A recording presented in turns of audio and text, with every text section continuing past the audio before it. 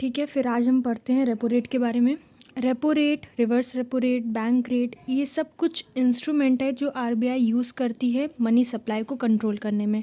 अब आप पूछेंगे मनी सप्लाई क्या होती है, तो मनी सप्लाई एक पर्टिकुलर टाइम में कमर्शियल बैंक, पब्लिक के पास इन सब का एक्यूमुलेटिव कितना पैसा उनके पास अवेलेबल है। ठीक है, तो इन सब को कंट्रोल करने के लिए आरबीआई कुछ इंस्ट्रूमेंट यूज़ करती है, जैसा मैंने पहले भी बताया, रेपो रेट हो गया, रिवर्स रेपो रेट हो गया या बैंक रेट हो गया। तो इनको इन डेप्थ पढ़ने के लिए लेट अस सी। रेपो रेट क्या है? एक ऐसा रेट जिस पर सेंट्रल बैंक कमर्शियल बैंक को पैसा देती है। किस टाइम पीरियड के लिए?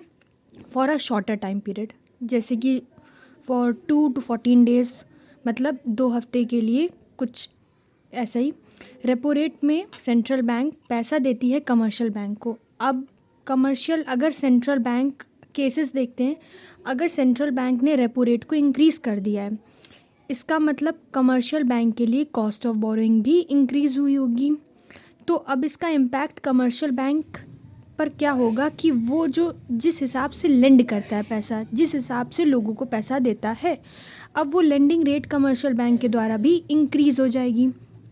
तो इसका इम्पैक्ट अब लोगों पे देखते हैं, पब्लिक पे देखते हैं, इन्वेस्टर्स पे देखते हैं कि borrower from taking loan will be discouraged, क्योंकि लेंडिंग रेट, अगर फ़िलहाल की बात करें, अगर लेंडिंग रेट ऑटोमेटिकली इंक्रीज़ हो जाएगी तो एक नॉर्मल इंसान जो कि एक अच्छा इन्वेस्टर या अच्छा बिजनेसमैन है, तो वो इस समय पैसा लेने नहीं जाएगा।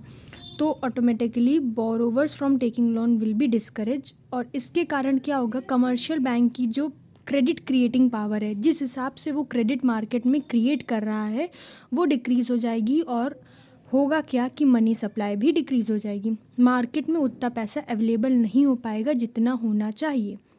अब हम लोग इसका एक एग्जांपल भी देख सकते हैं, जैसे कि आप लोग ने देखा होगा इन्फ्लेशन। इन्फ्लेशन क्या है? इन्फ्लेशन एक तरीके से कह सकते हैं लोगों के पास ज़्यादा मनी अवेलेबल है या मनी सप्लाई ज़्यादा है। जब मनी सप्लाई ज़्यादा है तो डिमांड का बढ़ना तय है, हमारी जो है वो डिमांड वो बढ़ेगी। क्यों? क्योंकि हमारा जो है मनी सप्लाई ज़्यादा है, लोग ज़्यादा डिमांड करेंगे। जो पहले डिमांड नहीं कर पा रहे थे, उनके पास पैसा अवेलेबल नहीं था, अब वो लोग भी उस कमोडिटी की डिमांड करेंगे। अगर कमोडिटी की डिमांड इतनी ज़्यादा बढ़ेगी तो हम लोग की तो सप्लाई उतनी है, प्रोडक्शन तो उतना ही है, तो हम लोग उतना मार्केट में सप्लाई कर नहीं पाएंगे, जिसके कारण उस चीज़ की डिमांड, मतलब आप डिमांड बढ़ी है मगर सप्लाई तो उतनी नहीं हो रही है, फर्म प्रोडक्शन उतना नहीं कर पा रहा है, तो इससे क्या होगा कि उस पर्टिकुलर कमोडिटी का या पर्टिकुलर प्रोडक्ट का प्राइस राइज होगा। और इसी प्राइस राइज को, एक जनरल टेंडेंसी में प्राइस राइज को ही बोलते हैं इन्फ्लेशन। तो इस इन्फ्लेशन को कंट्रोल करने के लिए अब थोड़ा बैक में आते हैं, जो अभी हम लोग ने पढ़ा है। इस इन्फ्लेशन को कंट्रोल करने के लिए हम लोग क्या कर सकते हैं? पीछे जाते हैं, पीछे देखते हैं, सप्लाई, या तो सप्लाई इंक्रीज़ कर दें, सप्लाई इंक्रीज़ करेंगे, या फिर हम लोग डिमांड कम कर सकते हैं। डिमांड कैसे कम होगी? डिमांड बढ़ी कैसे थी? मनी सप्लाई के बढ़ने से, तो मनी सप्लाई को कम कर सकते हैं। समझिएगा ध्यान से, मनी सप्लाई के बढ़ने से डिमांड बढ़ी थी, और डिमांड को सप्लाई पूरा नहीं कर पा रहा था, इस वजह से इन्फ्लेशन हुआ था, मतलब जनरल प्राइस राइज हुआ था। ठीक है, तो हम लोग क्या कर सकते हैं? मनी सप्लाई को कम कर सकते हैं। वो कैसे कम होगा? हम लोग के रेपो रेट या बैंक रेट को इंक्रीज़ करने से। Bank rate, repo rate increase होगा, स्टोरी वहीं आके रुक जाएगी कि उसके बाद होगा cost of borrowing for commercial bank increase.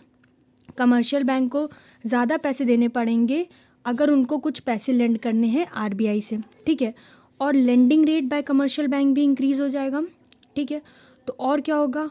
फिर बोरोवर डिस्करेज हो जाएंगे, वो लोन नहीं लेंगे, और क्रेडिट क्रिएटिंग पावर भी कम हो जाएगी, तो फिर money supply in an economy कम हो जाएगी।